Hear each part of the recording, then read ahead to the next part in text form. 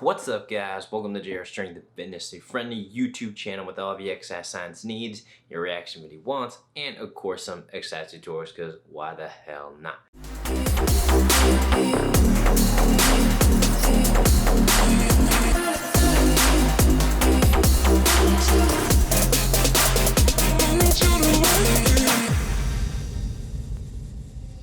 You can say hello, but I don't need you to like.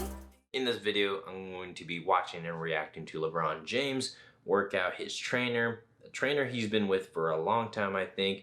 We're going to be watching that video, breaking down his workout. Obviously, this is going to be the second installment when it comes to an athlete for training like a celebrity, because the last athlete we reacted to was Patrick Mahomes. Now, that was obviously football, but LeBron James, it might be interesting because basketball-wise, they're going to be significantly different sports.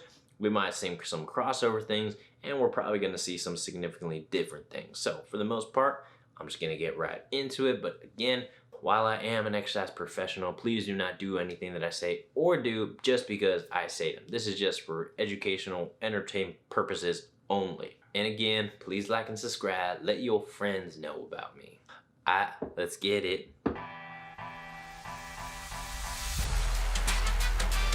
Hi guys, Mike Mancias here, athletic trainer for LeBron James for the past 16 years. Today we're at V-True Gym in Los Angeles, and I want to take you guys through a quick demonstration on some of the exercises that we use with LeBron James. That includes mobility work, some cardiovascular conditioning, upper body strength training, lower body strength training, and most importantly, some core and recovery techniques. All right, let's break down the credentials first. So he is a NASM trainer, National Academy of Sports Medicine, corrective exercise specialist, and a performance enhancement specialist.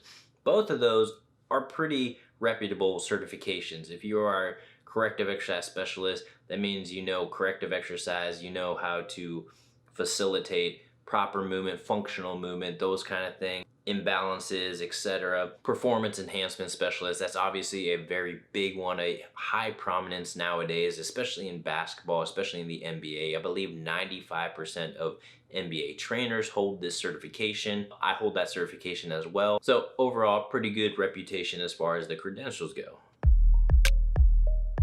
All right guys, so the first thing we'll talk about is preparation. Now preparation doesn't start once you get to the gym, but it starts the night before you get to the gym. And that includes a good night's sleep, a great dinner, and then in the morning, we'll have a pre-workout shake on the way to the gym, about half hour before we start our workout. Once we get to the gym, we'll start with about 8 to 10 minutes of foam rolling, and that includes the entire body, the quads, the calves, hamstrings, low back, etc., just to get the body and the muscle prepared for movement. And now the next exercise that we'll incorporate after our foam rolling is called the Spiderman Exercise. And this is a great hip opener for hip mobility, core strength, core control, and just overall great warm-up.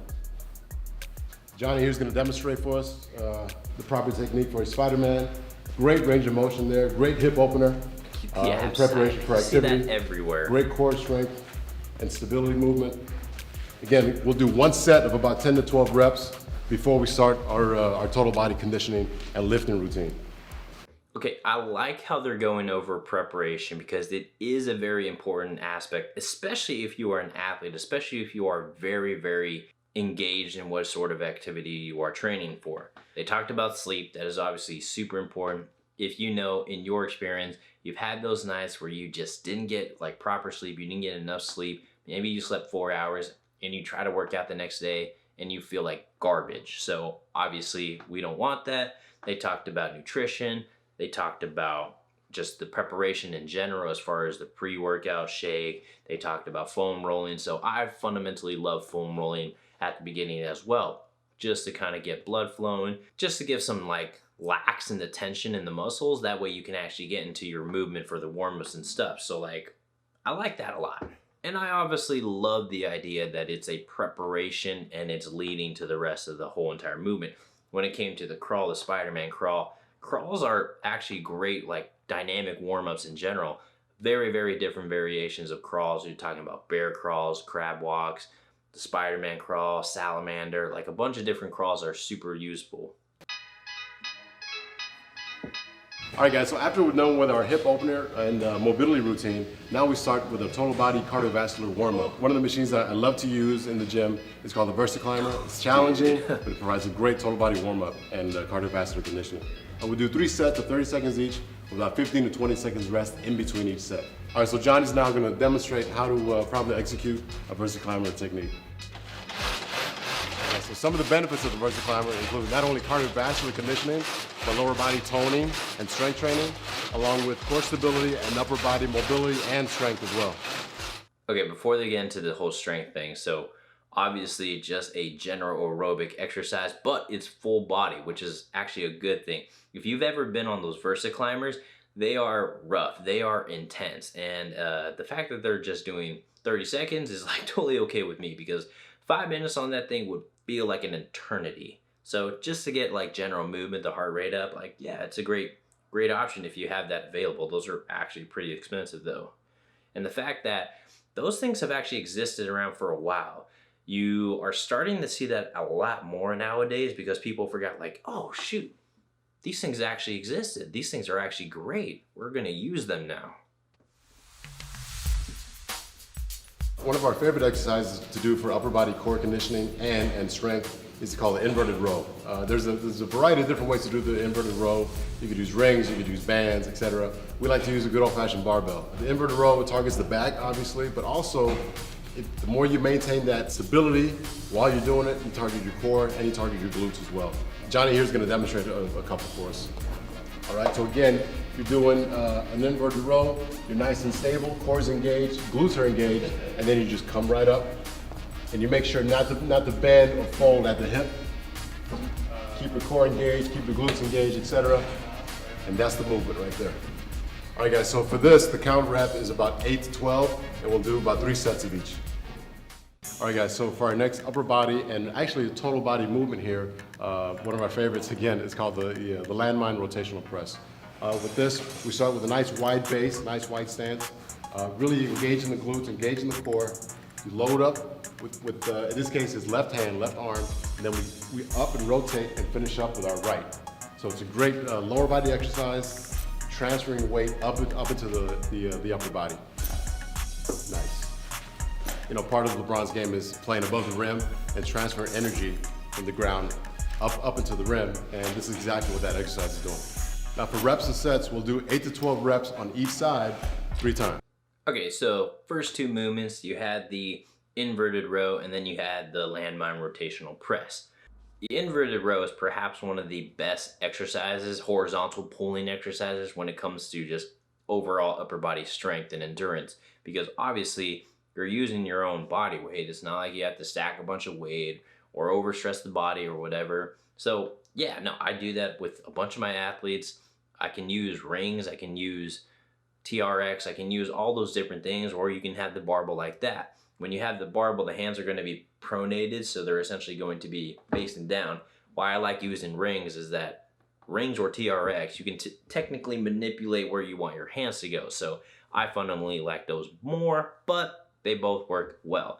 And then a rotational press, yeah, full body movement. I do this a lot with my baseball athlete, and yeah, just a transfer of force. It does exactly what it's supposed to do. Gets the whole entire chain engaged and focuses on that rotational power.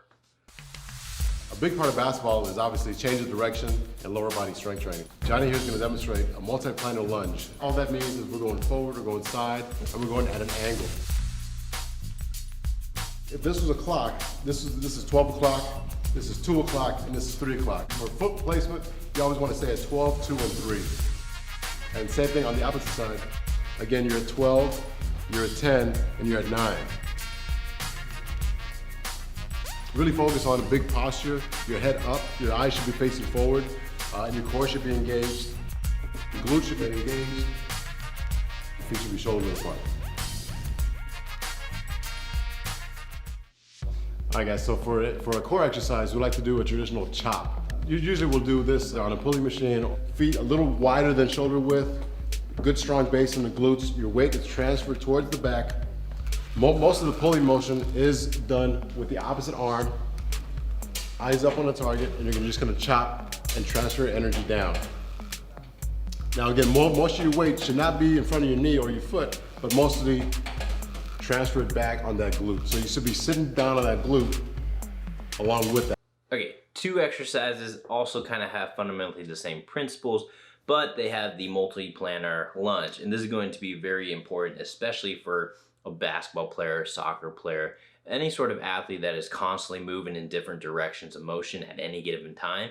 Like, you could be going forward, you could be going to the side, you could be twisting, you could be turning. All the different planes of movement need to be addressed in your strength training. So a lot of people, they train in the sagittal plane, which is just kind of a forward backward thing. They're either going to go forward lunge or they're going to go reverse lunge. But when you have something like a lateral lunge, for example, that's going to be on the frontal plane.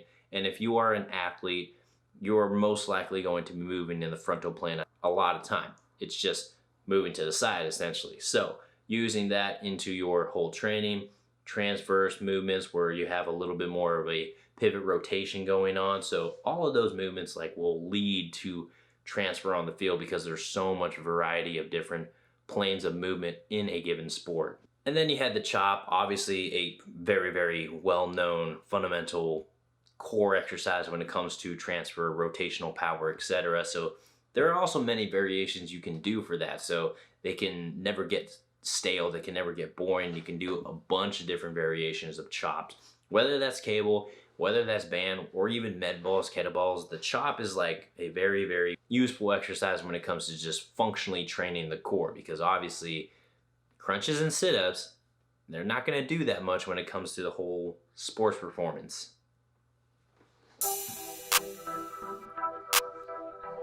All right, guys, so you've seen the exercises. Now let's talk about recovery. So recovery for us entails three different things. It's nutrition, it's mobility, and it's a little bit of cryotherapy at the end of the day. So for us, nutrition is easy. That's the latter plant-based protein powder. And the second is mobility. That's me stretching him. That's him stretching on his own, including hamstrings, glutes, quads, groin, and some shoulder exercises, just to open up the chest and work on his posture. And then cryotherapy at the end of the day. On the road, we fill up his hotel room bath with ice water, or it can be something simple as a foot bath, cold bucket. All right, so we went over a lot today, but just remember, some of the simplest routines and exercises are probably the ones that are most beneficial for you. As long as you focus on your intensity, you focus on your movement, and that's when you'll see some results. Okay, so I know we only went through 4 exercises when it came to Lebron James Workout, but they were pretty fundamental when it comes to sport performance. So yeah, we trained in different planes of movement. Yeah, we focus on rotational power, we focus on functional movements, all of those things. So yeah, pretty straightforward as far as that goes. They're obviously not lifting super heavy or anything like that. And for the most part, most basketball players aren't necessarily lifting like super heavy like a football player might, etc. They need to train in order to move. They have to be able to move, obviously explosively, so they do have to get strong, but for the most part, their focus is more on functional movement. So the transfer of force, the multi-planar movements, like those kind of things are super important when it comes to basketball players. I'm also kind of like speculating, this is just me, but because LeBron James is just a natural athlete, they're probably not at this point in his career, at least, or whenever their whole training was done, they're not really focused too much on enhancing vertical jumping, enhancing strength and speed and those kind of things. So I'm assuming they're kind of just trying to keep the body going. They're trying to keep it limber, trying to keep it healthy, and those are the important things they're focusing on right now. So it makes sense that preparation, recovery are like bulk of his whole entire program and workout. Obviously, when it comes to recovery after your workout, yeah, proper nutrition is going to be important. Stretching is obviously going to be useful, especially if you need to, keep limber, stay movement. So for the most part, some form of stretching is like totally fine and great. Like a lot of people will think I have a problem with stretching. I don't necessarily have a problem with stretching. I have a problem with useless stretching, just stretching just because it feels good or just because, you think you have to. Like, no, like I stretch my clients when we need to. So for the most part, if you need to, stretch. As far as cryotherapy goes, all I know is that it's so new still that the research hasn't really been definitive yet, but there tends to be some sort of benefit, and that's why it's grown so popular. So I'm not going to completely discard it, but I don't know enough to actually say if it's definitively providing benefits or not. So I'm just going to leave that be. But for the most part, it was pretty straightforward, and it was kind of what I expected. I didn't expect a lot of heavy lifting. I didn't expect a lot of very, very high demand, explosive, and high intense movements. Like for the most part, just get moving, keep the body limber, keep the body elastic, and for the most part, LeBron James is doing something right, because dude's going into his 20th season and still pretty much kicking butt. So something's working. All right, yo, hope you enjoyed the video. Please like and subscribe, and until next time.